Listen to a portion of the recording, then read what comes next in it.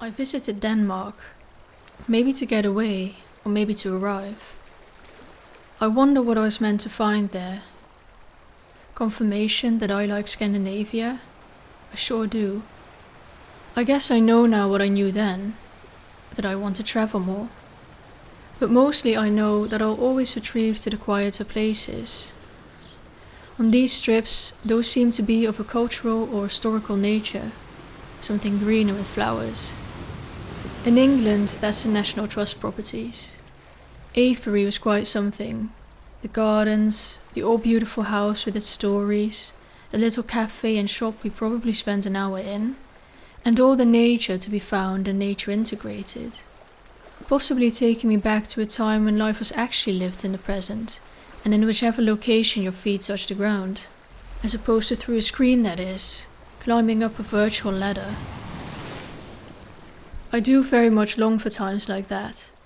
Stories around a fire, baking breads and preserving jams made from the garden, getting into bed under a quilt as the sun sets and only candles keep us snug and cozy.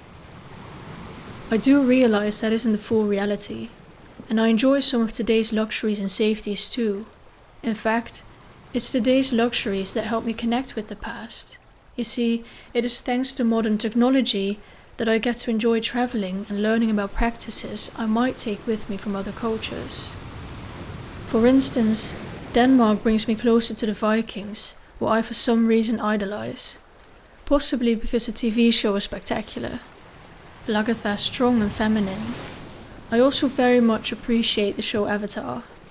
Watching it back about 2 years ago showed me all the wisdom packed into a story with characters I loved to watch as a child. And again, with Katara, a strong female role. It's easy to idolize past times I wonder if I'd even survived. Then again, maybe I'd have flourished, not stuck in the boxes of society today, yet likely confined by those of an earlier and tougher time, one of actual survival, something that looks very different today. Survival in August meant something completely different, but was survival nonetheless. Perhaps this is what I was to find in Denmark.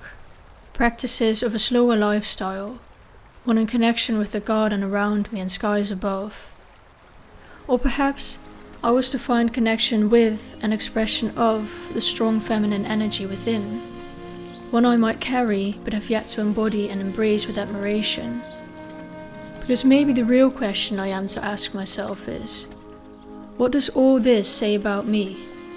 Lagertha, Katara, Aang, warriors, femininity, wisdom, philosophy, Laura Ingalls' stories from the late 1800s, Avebury, also Viking related, and now this Aarhus Moesgaard Museum, nestled into a green hill and filled with history from the Stone Age through to the Viking era. And the Middle Ages too, but honestly, we were tired and no longer interested. What's all that got to say about me? And how can I bring practices associated with whatever that answer may be into my life?